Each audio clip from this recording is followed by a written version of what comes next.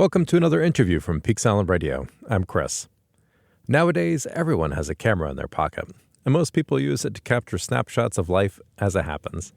Smiling pictures in front of a landmark, like the photos so many take in front of the Peak Island dock, pictures on the beach, and even just cute kid photos. But some people take photography to another level, using the medium as an art to tell a story or to explore a theme. Heather Wasklewicz joins me today to talk about photography as an art form and to preview her upcoming exhibit at the Crow's Nest, Danielle Medor's studio and gallery on Island Avenue. The exhibit opens June 16th and is titled Love Lowers the Sky. Heather, can you start by telling us how you became a photographer? Sure. And thanks for having me. This is really exciting to be talking to you. Thank you so much. It's a good question because I really haven't considered myself a photographer in the traditional sense. It's not how I make my living. It's not a full-time job or gig for me, but I've always taken photos. And thanks, I guess, to smartphones and social media, it was a platform for me, a tool and a platform for me to start sharing my work, which I would say got me noticed. And the more encouragement I received, the more I went with it. So it's a little double-edged sword because social media, it's hard to put yourself out there and over posting and all of that. But it certainly has helped launch me in a way I didn't expect. And I was given the opportunity to have my first solo show, if you will, at the Fifth Main. Holly Hurd Forsyth invited me, believe that was 2018. And that's really sort of what opened the door for me to start considering or taking my work and my photography more seriously. Take us back before 2018 a little bit. So you had mentioned social media and smartphone photography. When did it switch in your head from like, oh, gee, these are just some, snapshots that I'm taking to, I might actually want to explore this a little bit more and sort of dive more into it? Sure. Well, I believe it started at a young age. I grew up on Monhegan Island, which is 10 miles off the coast of Maine, another island. And I do remember from a very early age, we had a camera in our house and taking photos of friends and just really being interested in people and looking at people. And we had, Time, National Geographic and Time magazine in our house and always being drawn to portraits and the stories that involve humans. And fast forward to high school. Monhegan does not have a high school, so most of us go away to boarding school, which I did.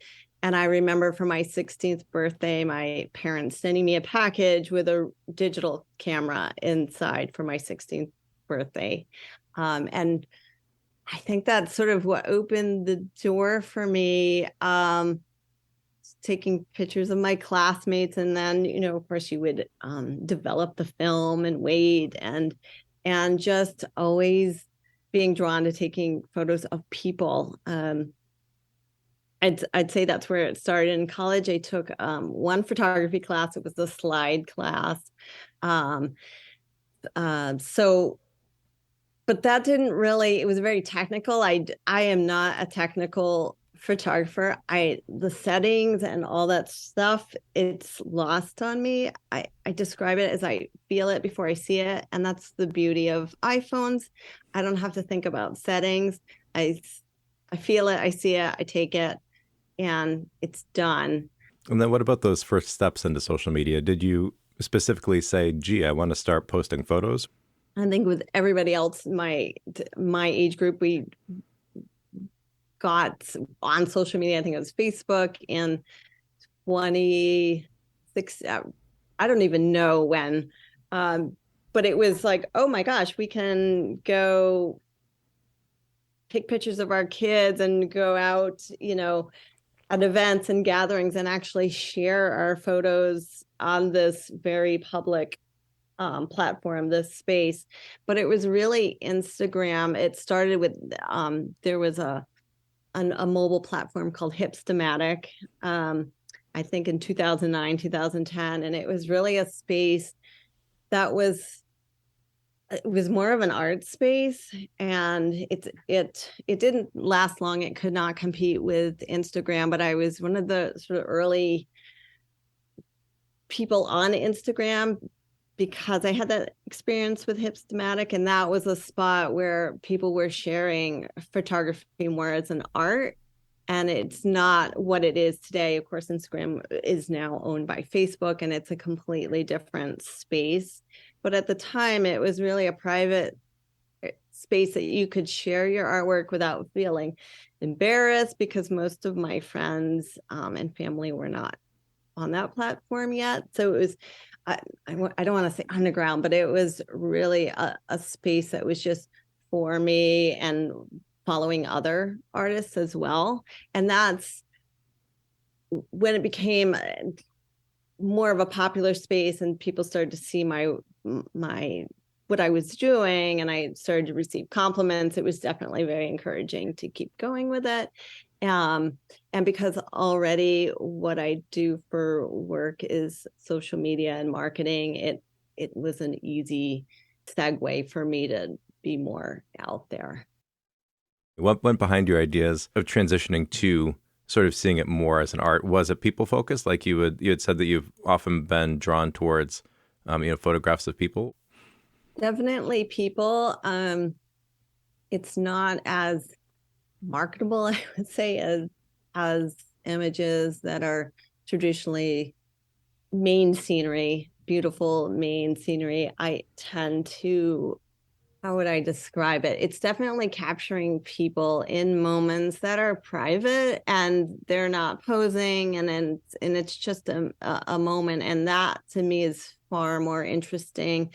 It doesn't really sell, but it's far more interesting to me than any scenic visuals, I guess, if you will. It's private, and I think that's sort of what I struggle with. Is it is private and it is of people, but sometimes I take because a lot of the pictures I take, the photos I take, people are not aware of them. They're just that moment, and I think that spontaneity and that split second, I think that's where the magic is. That makes a lot of sense. So when I had taken a look at the photos that you had sent that are going to be part of the exhibit coming up at the Crow's Nest, it seemed like the photos of the people were telling a story, right? And there it seemed to be very personal elements, right? So like one with Max holding a dog. Did you intend to ask people to, bring something with them or to have something that was meaningful to them, or did you just happen upon those shots? Yeah, well, that one I totally set Max up. He was that is a situation where I planned that one. It was a gift for his mom, and I coordinated with him. I said, she loves you and she loves the dog, and I don't want to say too much about that because it's private, but Max is a bird person. He's not a dog person. And I could tell he was a little uncomfortable with Poe, his little dog. And so I wanted to see what it looked like for him to hold Poe, because he said, he didn't quite know how to do it. And he said, I've never held the dog before. So what became of that, we took a series of them. And what I love about that photo is he just looked down, and you can see in his hands, he's not quite touching the dog, but he's looking at Poe. And it was just kind of this moment that I felt with him that, oh my gosh, I'm holding the dog. And I haven't come up with a title for that one yet. I'm still working that out. But I imagine like what it would feel like to feel the dog's heartbeat in his hands, but he's not quite touching. And there were a lot of things going on in that moment, but it was definitely planned. But unplanned for him to hold the dog. I think he just thought, okay, I'll just stand here and she'll take some photos. So we went a little out of his comfort zone, but I think it's a beautiful photo, and it tells a story. Yeah, absolutely. Yeah, I could tell that there was something behind it looking at it, and now to hear you describe it, and especially in that detail of, sort of holding the dog but not holding the dog. Yeah, I said I wouldn't give that away. I hope I haven't embarrassed, but he is a bird guy. Mm-hmm. Loves his birds. Yeah, that's great. So, in terms of storytelling, there are many photos that I recognize the people and recognize the locations, but there are also some that were new to me. Can you talk a little bit about the story that you were telling with the different locations and the different people that you had picked? Oh, gosh. Help me out. Are there any because my process for the show is I'm bringing them all together and laying them out and deciding which ones work, but they all sort of talk to me or have a feeling. The theme of the show is a connection to people and place. And I feel that in all of them. Mm-hmm. Mm-hmm. Yeah, that's exactly what I was referring to. So I recognize, obviously, Harvey, Max, Jeannie, but then there are some of these beautiful scenes that I'm also not quite sure where they were taken. It was basically it seemed like a big sky picture, and I wasn't sure if that was here on the island or if that was somewhere else. And yeah, and there were some birds sitting in the tree in the corner. So the title of the show is Love Lowers the Sky, which is inspired by a trip I took to Taos, New Mexico in the spring, and I went out with a friend, and I had the opportunity to stay an extra 9 days to dog sit. So it was essentially I was by myself for those additional 9 days, which was really incredible experience for me. It's very infrequent that I have time alone without kids and animals and caregiving as most of us. So it had a lot of impact on me. So some of those big sky photos were taken out in New Mexico. But there was a sense I was getting, and this is the personal side of it, is it's really a gift when your partner says, go do this thing, go be out there, extend that time. It was during a time where Maine was just getting hit with blizzards and snow bands and all the stuff that makes Maine and Peaks Island in particular hard during that time. And I was out there just having the best time by myself. And I recognize that that's a gift to be given. And it is really love and a connection to your partner and place, Peaks Island, that does bring you home. And so that's where the title came from. But those big sky photos were out in New Mexico, which inspired the show. So yeah, let's talk a little bit more about the theme and about sort of your selection of photos here. So again, you're talking about it being inspired by this trip out to New Mexico, and then there are many island pictures as well. How did you build that? Did you have this theme first from New Mexico, and then you came back and shot new photos from Peaks, or did you have a collection that you thought, gee, let me take a look at my collection here and see what speaks to me, and match them together that way? A little of both. I ended up writing a written piece titled "Love Lowers the Sky," and it was published in an online magazine, which really inspired. That was sort of where I was going with that connection to people. And then I was like, I would love to do a collection, some sort of like, how do I take these images and put them together that conveys that? And I sort of joke, nobody wants to look at your vacation photos. So I sort of, when Danielle approached me and invited me to exhibit, I was thinking, wow, this is an opportunity to explore that theme.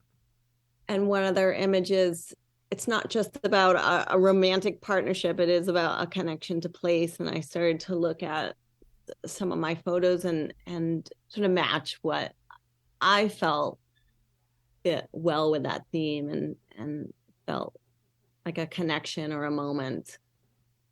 Tell me about the picture of Jeannie Alves and her dog in relation to that theme, because that Oh yeah. picture, I think it's an amazing photograph. First of all, it's got so many interesting elements to it. I want to hear the story. Well, so if people know where I live on Peaks Island, I live up in Tolman Heights, and I have a medical suture leg in my mailbox. That's I've had since I worked in New York City, and that's where I got it. And I did a series of photos with people holding that leg in October around Halloween. And I thought it would be really great if Jeannie Alves posed with her horses, and she was down there working, and suddenly so we had this leg, and we were putting it in the feed bin with the horses and taking photo. Like, it was a little dark and weird, but she totally showed up to play. And then I saw her just standing there with her dog. I think the dog's name is Bambi or Bunny, Bambi. And it's just an intimidating looking dog. It's the sweetest dog. And she was just standing there, and the dog was standing there. And I just was like, hold still. And I just knew it was a moment. And honestly, she didn't like didn't like it at all. And I had to break it to her that I was probably going to print it and use it in a show. If she really hated it, I wouldn't do it. And she said, "Oh, if you must." But it was a moment. I had spent, a good hour working around the stables with her, and that was just kind of as we were wrapping up, and it just happened. That's terrific. I wonder, do you find that experience that sometimes there are these surprise moments that wind up being the most poignant in terms of photography? Oh, absolutely. When I look at them later, like, I feel it. I'm like, that was what I was feeling in the moment, and we got it. And I think I can't describe the feeling. I don't know what I would do if I had to.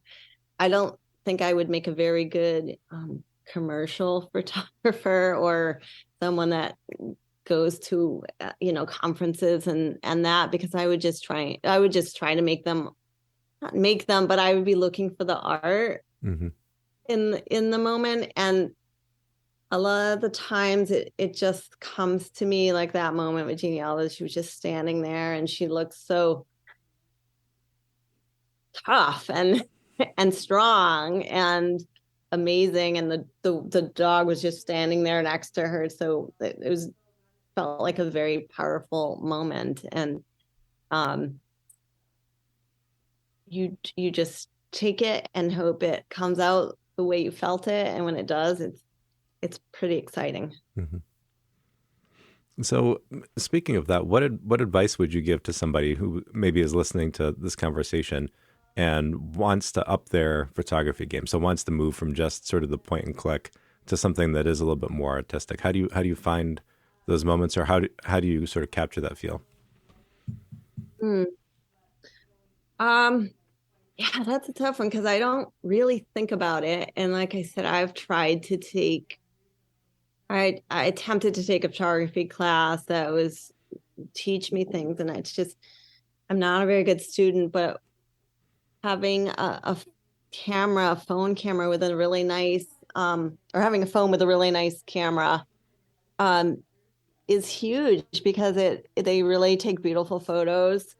I get a lot of inspiration still from being on Instagram. The power of being in their algorithm, for better or worse, is I get introduced, I would say, to a lot of really great photographers around the world that inspire me. And some of them are known, some of them are unknown, some of them are fashion photographers, they're photojournalists. And when I start seeing them in my feeds and looking at their work, I think that's sort of the best teacher, is just looking for people that match your style and you're drawn to it. I learn a lot that way.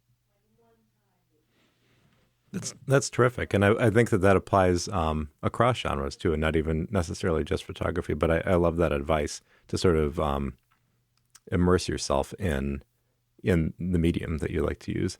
If we could talk a little bit more about Instagram, I guess, and how it relates to sort of your artwork. I wonder what the difference is for you in terms of feel between using Instagram almost like a virtual gallery versus the desire to have a photo exhibit in a space. You've stumped me. It's so automatic for me to, for a lot of people who are, again, social media is literally my job. So it comes very natural it's very natural for me to take a picture, and if I like it, I post it, and I don't think anything of it. I move on. And if people don't want to, if I post too much or whatever, people can unfollow. It started as a private space, as I, was talking about earlier. And now it's more mainstream. So a lot of people see the work.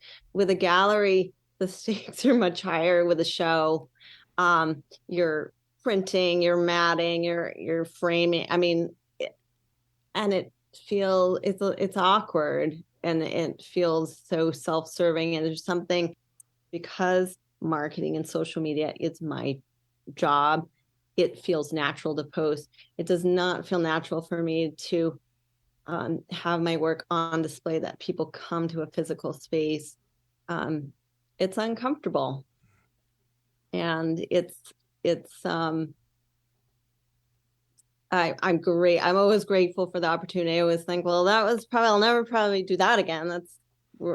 And then a door opens and I get to go through it and do it again. But doesn't make it easier. It's very intentional when you're going into a space and you're hanging your work and saying, hey, take time out of your day, physically come into the space, versus you're just scrolling on your phone. It's a very different thing.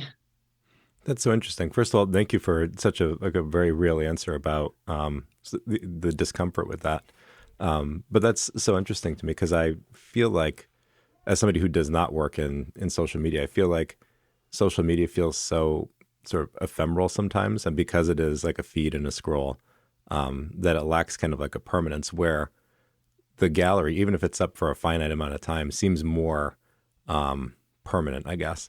And when I asked that question, I thought that would be sort of a good thing. And what I'm hearing you say is, it sounds like it can almost feel daunting, maybe even feel a little bit like, who am I to sort of take up this space? Yeah, absolutely. You're like, what makes me special? And again, the work, it's probably most of it is something people would not want on their walls. Like, I have a photo, I'm not sure if I'll use it, of noticing people next to me on a plane while we were going through severe turbulence over Dallas, and I could see their hands gripping, and I couldn't not take a photo. But to me, it's so beautiful, but no one's going to want that on your wall. So it's really, you're taking a chance and you're making that decision. Am I showing my work to show what speaks to me and what I feel connected to, or are you showing it to sell it? It's a very uncomfortable place to be, and I spend a lot of time talking to people about that and thinking about that. And in the end, I try to find balance, but it's hard. It's hard to put yourself out there. It's very vulnerable. So that leads me to the question of now that you've done it, right, and now that you are having this opening on the 16th, I'm wondering what you're hoping folks will get out of it when they go to see it. What is it that made you feel like, yes, I will do this. I will do this thing that's uncomfortable to me. What message are you hoping folks will get? Well, part of it, of course, is really self-serving. And you get to have an opportunity. Someone notices you and has an opportunity to kind of see who you are through your work. It's flattering. Like, why wouldn't you? And to be invited into somebody else's space. I've watched Danielle Medor from afar for a long time, and to have her say to me, I like what you're doing and I want to see in my spaces, is really amazing. So I hope when people see the work, it inspires them to see people and see their vulnerabilities. Yeah, that they look at the images and see something in somebody that they might pass every day and see something different about them, like a Max or a Jeannie Alves. That's terrific. I wonder if you could speak to photography's role in your life in that way. Do you find yourself being more present or more aware of people because you've got this camera with you? Yeah, because I see them and then I want everyone else to see them too. It feels a little intrusive. I, I've taken a lot of photos of people on the boat in moments and then later showed it to them because I'm like, look at you, or look at, I'm thinking of Lila Green too, where, her mom was like, we just want to capture who she was this time in her life. She's graduating, she's a senior. And at first it started off just, your kind of typical high school photos, here I am sitting on this beautiful beach at Peaks Island. But the more we got into it, I was like, I've known Lila since she was a baby. And I'm like, I think you need to let your hair down and kind of be that wild island that girl that, because I see that in you. And the end result was really great. She's in the show as well. And I hope people see that, not just that she's just a lovely young woman, but there's her spirit there too. And I hope people see that. And I guess that's what I want to share, is the spirit of people and seeing them. That's really great. I think the photography plays such an important role in that, and frankly, all visual arts, in helping people see deeper maybe than you might just by walking past somebody. I wondered, so you had said that you'll sometimes show people the photos of them afterwards. And I'm thinking of that person on the plane too. Do you let people know, well, it sounds like not beforehand necessarily because you want to capture a moment, but how does that conversation go when you say, hey, by the way, I took a photo of you? Do people generally respond positively? Yeah, they do. And it's usually people I know because I'm seeing them. Well, it's always people I know that I would show them the photo because I'm seeing a moment, they're not usually not talking to somebody, they're in their own world, and you don't usually get to see yourself on the other side in your own world. So I've yet to have someone be mad at me. The last thing that I want to ask that I think folks would be really interested in, especially because of a number of artists that we have on the island, is what is it like to work with Danielle at the Crow's Nest? How have you found that experience? And would you encourage others to reach out to Danielle about, doing or putting on their art there too? Danielle's been great. I'm sort of again, photography is not my job. So I'm sort of fitting this in between my real world and my real work. And she's been amazing just with the nuts and bolts of it. Like, here's how you'll find this and here's how but to be associated, I really love her work, and not just as a painter, but as a tattoo artist. And she's sort of she was like mystery person to me that I saw from the sidelines, and to be part of her world is really, it's a privilege, and it's a great space. It's what she's done with it. It's a beautiful little intimate space, which I'm really excited about because my work is, I feel a little more on the intimate side. So she's really done a nice job. And I think if someone's looking for a space that is small and clean and professional, Danielle's really fabulous to work with.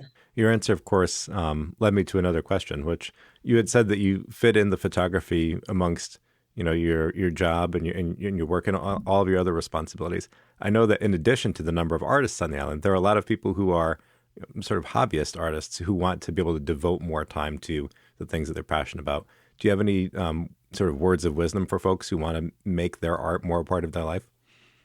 Yeah. So, well, again, it's really like we live in such a creative islands, whether it's Monhegan or Peaks Island.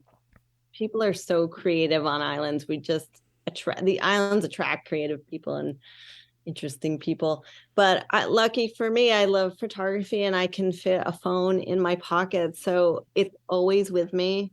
I'm an early person. I'm out walking my dog at 6 a.m. So a lot of my woods shots or outdoor shots are on dog walks or people shots or on the boat or walking to and from the, library during, so I'm lucky that way is that this is a tool is portable. But if you're an artist, whether that's sketching or if you love it, you'll find time to do it. I can't imagine when I forget my, which is very seldom because I use my phone for everything too. If it's not with me, it's kind of like not bringing your book on the ferry. It's such a letdown. The feeling is just like, I can't believe I don't have my phone with me for the camera. It's that same feeling. So if you're able to just fit it in wherever, whenever, sketchbook in your bag or whatever your creative outlet is, always have it with you if you can. That's great advice, because I think a lot of people feel like they've got to have like this big block of time. And to hear you talk about, and also to see the great work that comes out of it, being able to do it sort of in the moment and in, these sort of interstitial moments of time is really inspiring. I have a very supportive family. I live with kids that have just grown up with me and, stand there for a second. Oh, the light is good. And that's helpful too when people see how much you love something and give you space to do it and support. I get a lot of support for especially the physical part of putting this together and selecting the pieces and framing them. I don't do it alone. So, and I have friends that are incredibly supportive. So if you're willing to be vulnerable and show this is what I love to do, people will rise to that occasion to support you. Any final thoughts? Anything that I didn't ask that you want to share with folks? I think that's great. I really appreciate you taking the time to talk to me. It's pretty exciting. Oh, I'm happy to do it. I really appreciate you taking the time to talk with me about it. It's been a fascinating conversation, and I really appreciate it. I'm very much looking forward to seeing the physical manifestation of the photos that you shared. Yeah, me too. Me too. I'm excited. All right. Well, thank you so much, Heather. Thank you, Chris. Thanks for listening in on this Island Conversation. If you want to hear more stories like this, please check out peaksislandradio.com, where we have all of our interviews and stories archived. You can also follow us on Instagram and in your favorite podcast app.